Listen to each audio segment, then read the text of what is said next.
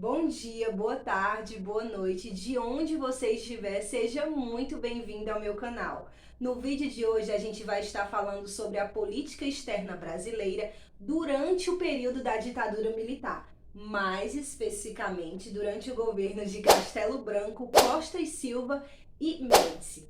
Eu peço para você que aguarde um tempinho que eu vou estar falando em outro vídeo a respeito do resto do período da ditadura militar.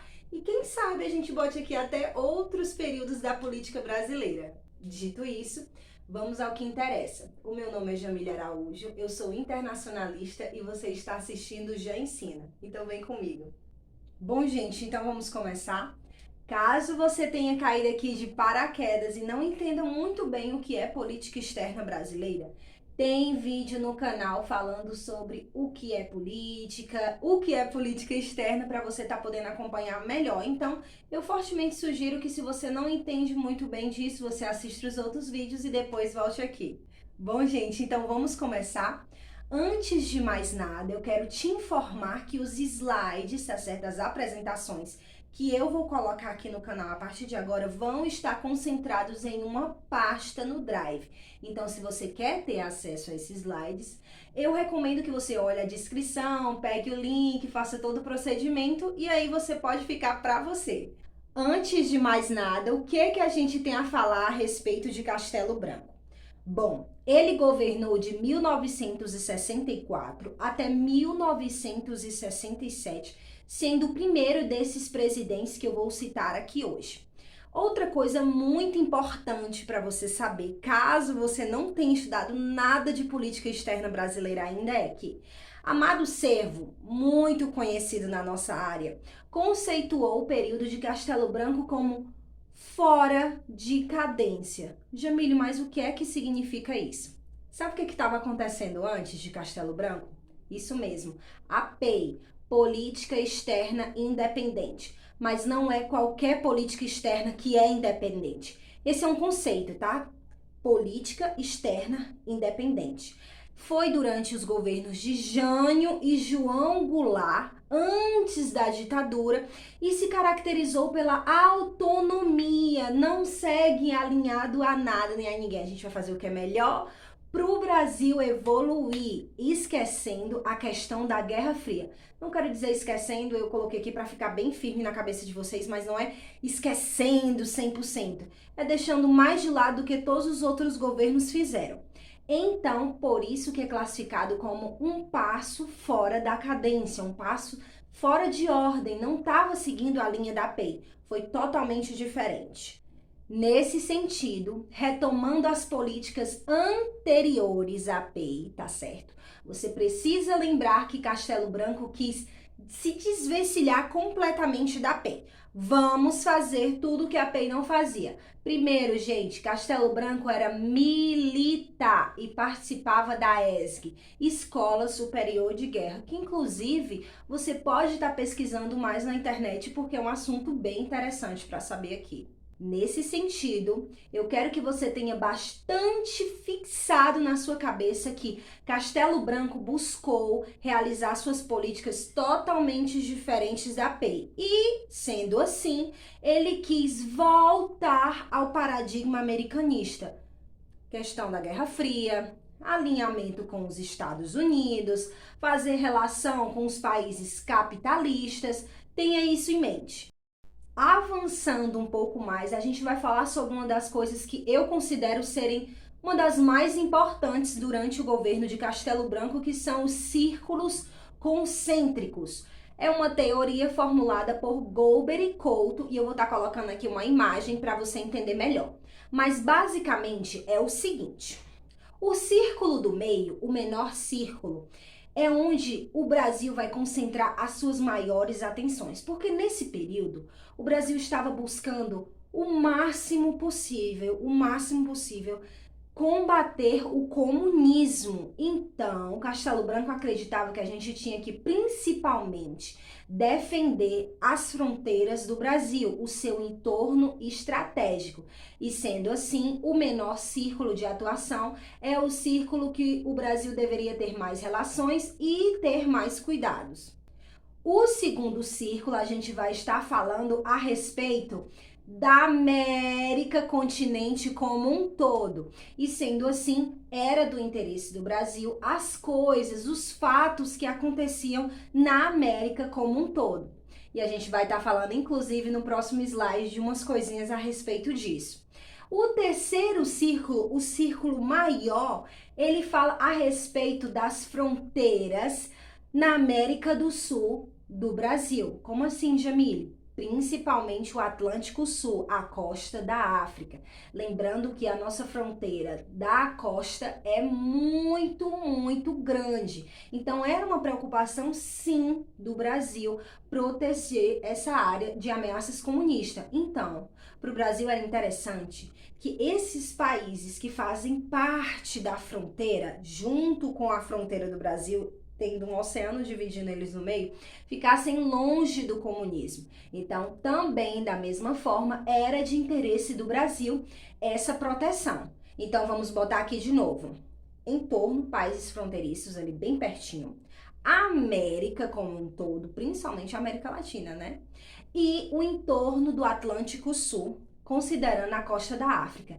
Nesse sentido, eu quero ressaltar aqui que o Brasil se preocupava mais com esse, mas não significa que ele abandonava completamente outros lugares do globo, de jeito nenhum. Mas o Brasil acreditava sim que a gente tinha que proteger principalmente esses três entornos. E como um ponto está ligado ao outro, a gente vai falar agora a respeito do binômio segurança-desenvolvimento, que uma hora é desenvolvimento e segurança, mas agora o primeiro governo militar é segurança-desenvolvimento. O que significa isso?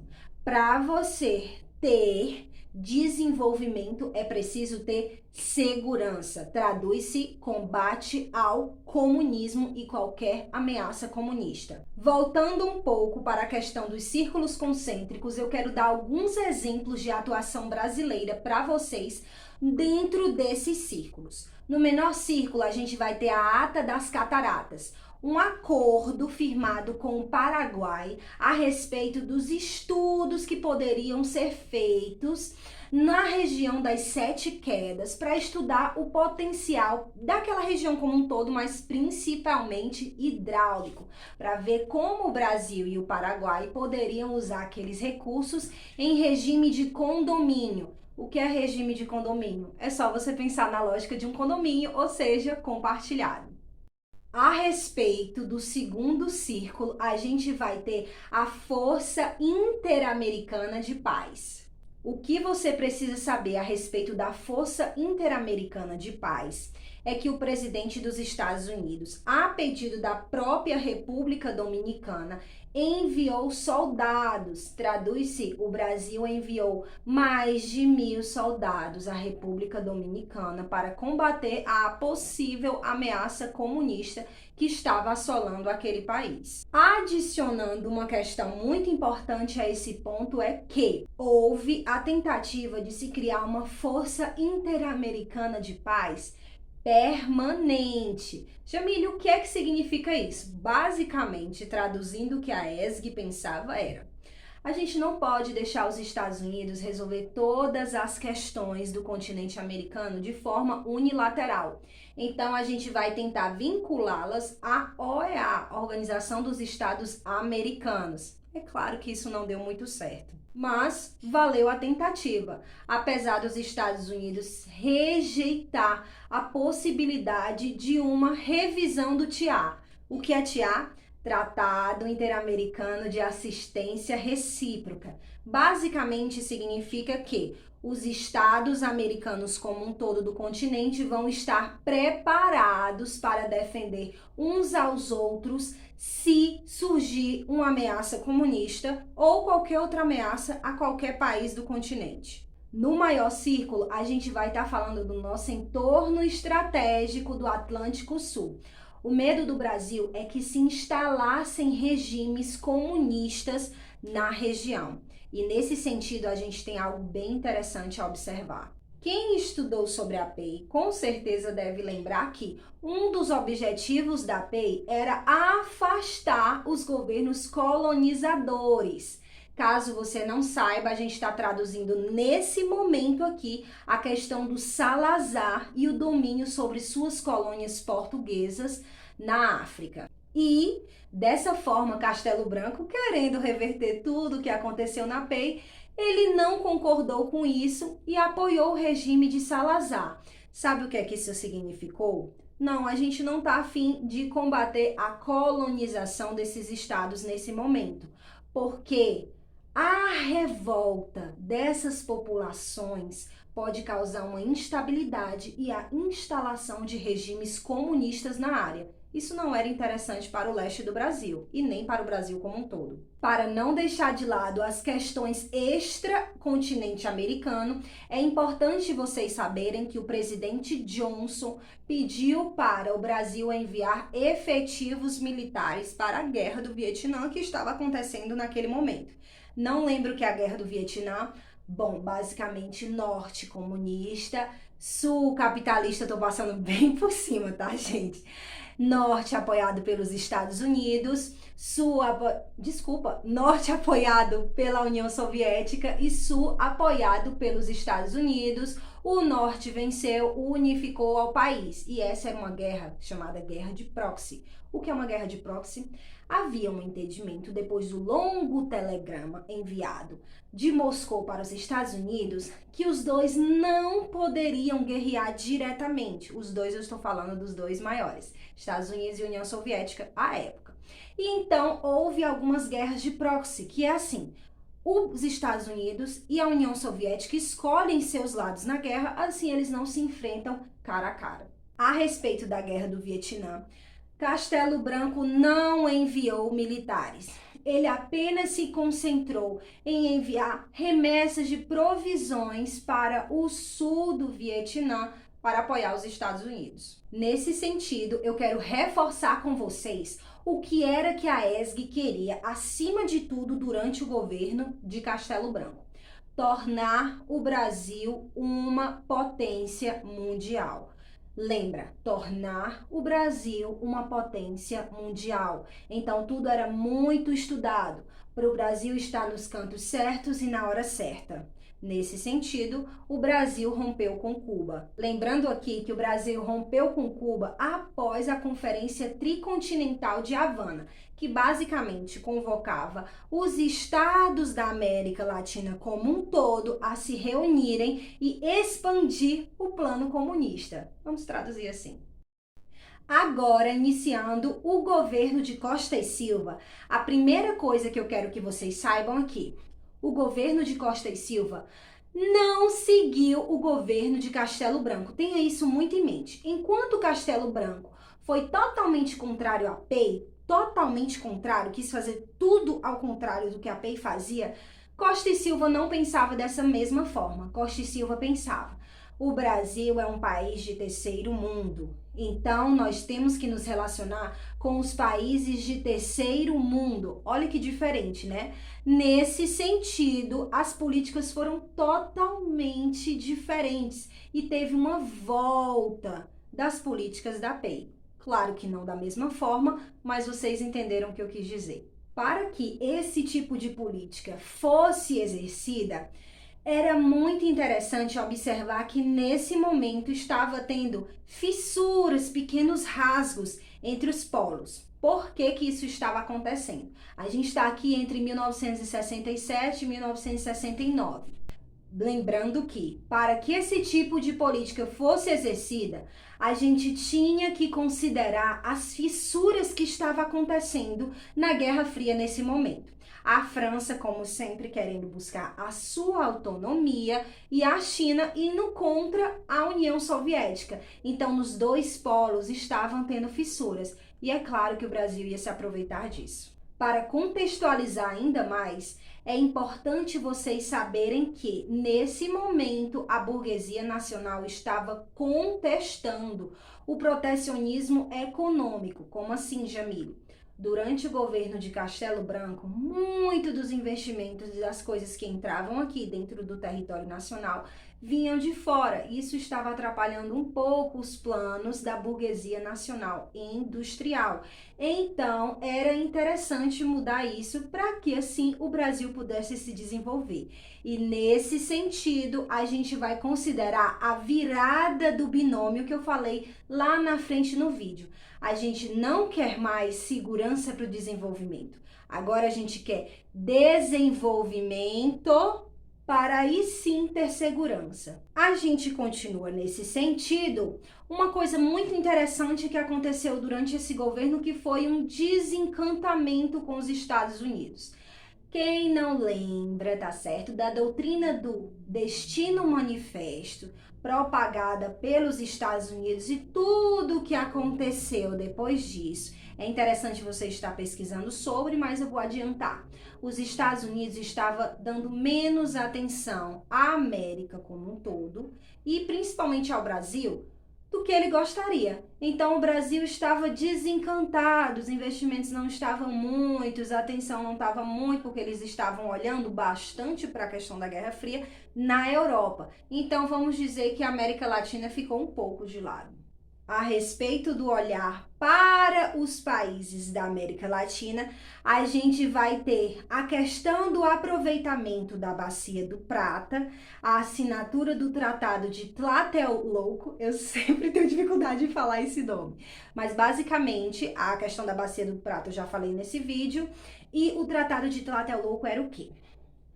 O TNP, Tratado de Não Proliferação Nuclear, foi um tratado desenvolvido pelos países centrais para que parassem com o arsenal nuclear, com o desenvolvimento nuclear como um todo. O Brasil, com agora a consciência de que era um país em desenvolvimento do terceiro mundo, não quis assinar nesse momento o TNP, alegando inclusive que já tinha assinado o Tratado de Tlatelolco. Esse tratado dizia que não ia se construir armas nucleares para destruição em massa, mas iam se construir coisas nucleares como um todo, vamos dizer assim, produtos nucleares. Eu não sei muito como fala isso, mas eu gosto de chamar de produtos nucleares para o desenvolvimento científico. Lembrando aqui, pessoal, que a questão nuclear não envolve somente armas de destruição em massa. A gente tem também a produção de energia, a construção de aparelhos científicos e outras coisas. Então, para o Brasil, não era interessante esse congelamento de poder mundial que os grandes estavam propondo, porque dessa forma o Brasil não poderia se desenvolver mais. E foi por isso que ele não assinou o TNP. A respeito da questão da identificação com os países de terceiro mundo, é interessante vocês saberem que no âmbito da UNCTAD, o Brasil liderou o G77, que era um grupo de 77 países, incluindo o Brasil, claro, né? Que falava sobre o desenvolvimento desses países. E isso é bom vocês terem em mente, porque próximo governo vai ser totalmente diferente. Então, sim, Costa e Silva, ele rompeu com o que a ESG estava querendo fazer para o Brasil. Porque enquanto a ESG buscava um desenvolvimento do Brasil, potência, nós somos uma potência, nós vamos ser a maior potência que a gente puder ser, o Castelo Branco entendeu que nesse momento era mais interessante se identificar com os países em desenvolvimento e não com os países centrais. Lembrando que isso não significa de forma alguma que Costa e Silva não se relacionou com os países centrais. Isso não existe, tá certo? Eu quis dar essa maior ênfase, que é para entrar bem firme na sua cabeça que o foco do Castelo Branco era os círculos concêntricos e o foco do Costa e Silva é os países em desenvolvimento, a troca do binômio relacionado a Castelo Branco, o alinhamento com os países do terceiro mundo, o entorno estratégico como um todo, mas principalmente a questão da Bacia do Prata. E no que concerne os Estados Unidos, nesse momento estava havendo um distanciamento, mas isso não significa que o Brasil não estava tentando refortalecer, não sei se eu posso falar isso, fortalecer novamente as relações. Dito isso, a gente vai para um dos governos mais polêmicos da ditadura militar e que também houve bastante coisas para que serem estudadas. O governo de Médici foi de 1969 a 1974. O que eu quero que vocês tenham em mente, primeiro, a respeito da economia nacional é que foi durante esse governo que se registraram os maiores índices de crescimento do Brasil, os maiores índices de crescimento do Brasil, logo no primeiro ano de governo. Outra coisa que eu quero que vocês tenham em mente é que não existe isso de um só governo, um só presidente mudar completamente uma economia. Sempre a gente pega resquícios dos períodos passados. É sempre assim, pessoal, porque a economia ela já vem, há muitos séculos no Brasil. Então, se houve esse crescimento logo no primeiro ano, isso significa que no ano anterior aconteceram coisas que influenciaram no governo de Médici. Mas sim, é importante você ter em mente que foram os maiores números de desenvolvimento do PIB. E aí, com isso, eu quero lembrar vocês, caso tenha alguém aqui que não saiba, que a ideia era crescer o bolo para depois cortar, fatiar o bolo. Mas a gente sabe que não foi isso que aconteceu e a desigualdade social nesse momento era imensa. Voltando para a política externa brasileira, eu quis só conceitualizar um pouco do que estava acontecendo. Médici, esquece Costa e Silva. Esquece, nós não somos um país de terceiro mundo. O Brasil tem a capacidade de ser uma das maiores potências do planeta todo. Então, a gente vai agir de acordo com a diplomacia do interesse nacional. Escreva isso, tenha isso em mente. Diplomacia do interesse nacional. Nesse sentido, a gente vai ter uma volta, um alinhamento novamente com os Estados Unidos, uma tentativa de reconstrução daquela relação bem mais firme que tinha durante o Castelo Branco. E, nesse sentido, a gente vai ter na diplomacia do interesse nacional, beleza, vamos nos relacionar com os países, mas a gente tem que ter em mente que sempre o interesse nacional é a prioridade. Tornar o Brasil uma das maiores potências é a grande prioridade. E sendo assim, Médici vai preferir ir pelas vias bilaterais, ou seja, fazer acordos bilaterais com os países. Esquece isso de multilateralismo agora, por favor. Foca em Brasil-Paraguai, com a assinatura em 1969 do famoso Tratado de Itaipu. Jamile, não sei o que é o Tratado de Itaipu. É o que a gente tinha falando lá desde a Ata das Cataratas. O aproveitamento hidrelétrico daquela região, daquele condomínio. O que a gente poderia fazer para aproveitar em regime de condomínio aquela região? Basicamente isso. A respeito do Brasil e dos Estados Unidos, existiu uma coisa bem curiosa nesse momento, que foi a expansão do mar territorial brasileiro, a expansão em 200 milhas do mar territorial brasileiro. Isso não agradou os Estados Unidos. Eu quero que vocês tenham isso aqui em mente primeiro. Isso não agradou. Nós, Estados Unidos, não acreditamos que é somente para proteger as atividades pesqueiras, para proteger mais o petróleo e todas essas questões, então a gente vai ficar com uma pulga atrás da orelha. O Brasil está querendo crescer demais, aumentar demais a sua área de influência e a sua região. Sendo assim, para finalizar, é importante ressaltar que nessas vias bilaterais, Médici buscou a expansão das relações brasileiras para com os países da África e do Oriente Médio, no que concerne a questão de comércio e de petróleo. Bom, gente, esses foram os principais pontos a respeito dessas 3 políticas externas que eu quis trazer aqui para vocês. Recapitulando 4 pontos principais para você condensar essa informação e falar, Jamile, agora eu entendi o que significou essas políticas externas. Então, a gente vai ter a PEI, que foi de Jânio e João Goulart. A gente vai ter Castelo Branco rompendo com a PEI.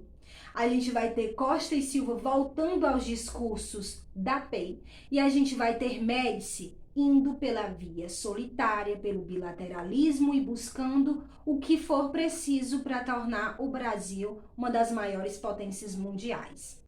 Dito isso, se você gostou desse vídeo, deixa seu like para eu saber e continuar colocando vídeos aqui, outras informações. Se você tiver interesse em saber mais sobre política e sobre relações internacionais como um todo, tem outros vídeos no canal que você pode estar assistindo e, para não se esquecer, você tem que ficar por aqui se você quiser continuar assistindo a política externa brasileira durante o período da ditadura, porque ainda nesses dias eu vou estar colocando aqui. Caso você tenha alguma dúvida, queira adicionar alguma informação, por favor, não deixe de colocar o seu comentário. É realmente muito importante para mim saber o que você achou desse vídeo. Ah, para não esquecer, não deixa de conferir a descrição para você pegar o slide e saber o que é que eu estou colocando. Eu sempre coloco alguma coisa na descrição. Seja uma ajuda, uma indicação. Então você vai ficar ligadinho a partir de agora na descrição para você pegar seus materiais e também para você saber quando vai ser os próximos vídeos. Se você gostou desse e de outros vídeos, você pode estar seguindo o canal e ativando as notificações para você ficar sempre ligadinho. Muito obrigada por ter assistido até aqui. Eu espero de coração que esse vídeo tenha te ajudado bastante e a gente se vê numa próxima. Tchau, tchau!